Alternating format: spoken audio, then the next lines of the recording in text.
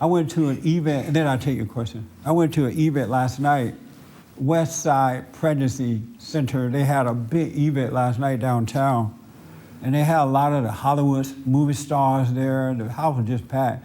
There's this beautiful Catholic church downtown that they rebuilt, refurbished. It is really nice, and they were trying to raise money for, to try and help girls, prevent girls from having abortions. And so they were raising money for that. And then I'm listening to these testimonies, a good event, but I'm listening to these testimonies, and there was no, the intent is good, really good, but there's no spiritual understanding about why these girls are having these abortions. You know, there's this understanding about the father and his role in your life is missing. Most people don't know the importance of a father in boys and girls' lives. And the reason abortion is out of control in the manner that it is, millions of people are having abortions. And there are women having, by the time they're 25, they have had 2 and 3 and 4 abortions. Isn't that like amazing? And then, but most of them don't have the love of a father. They don't love their fathers. They hooked up with their mothers, but they don't love their fathers.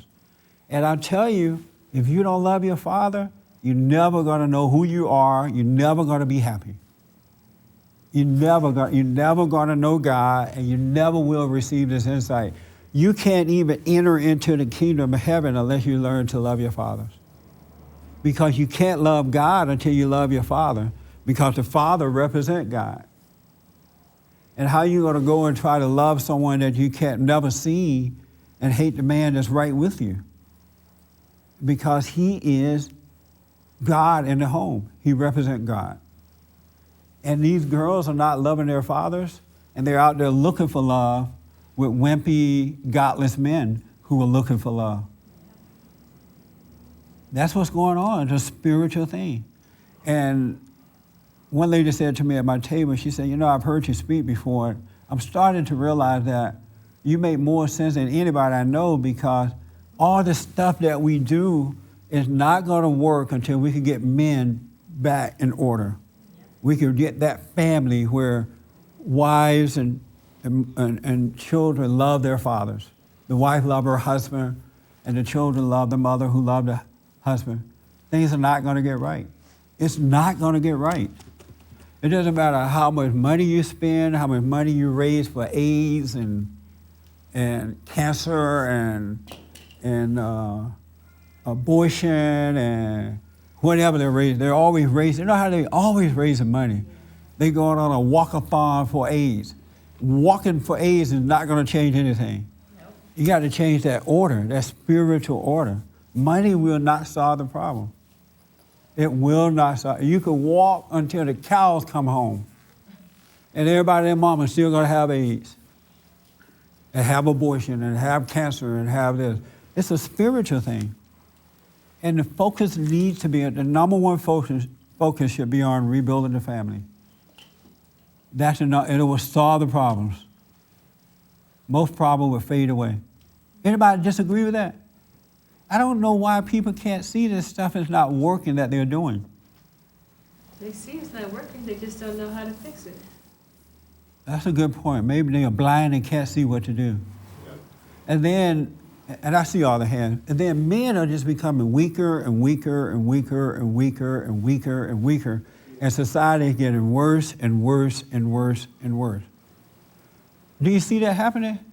You're putting women in positions, but it's not changing anything. It's not changing anything, because that's not God's order. You gotta love your fathers. What if you didn't have a father? Everybody had one. Well, I never knew mine. Right, but you still have to love him. I don't feel anything. I felt hate for my mother. I didn't feel anything towards him. He was like a stranger when he finally came over and I was a woman already. Right, is he alive now? No, he's dead. He's dead. And the way that you learn to love him is to get to know yourself, and you see that the things you do, you don't want to do. You know how you mess up your children's lives, right? Right. Well, Your mother did that to your father, so he couldn't be a man. He wanted to be, but it wasn't in him to be because as a little kid, the mother took away his masculinity. So if he could have done better, he would have. And if you can understand yourself that, wow, I don't want to mess up my kid's life, but I have. And so it's not me, but something else driving me. My father must have had the same problem. So I wouldn't want my children to hate me. Why would I hate my father? Then you can forgive just like that and go free. Okay. You know what I mean? Yeah. Because that's what everybody is longing for, the love of a father. That's missing inside of you is the longing of a father. It's not for mama, it's for a father. Because the father represents God. As children of God, we have the responsibility given to us by God to inspire people. God works through us to inspire others, to get them right in that little position so he can wake them up.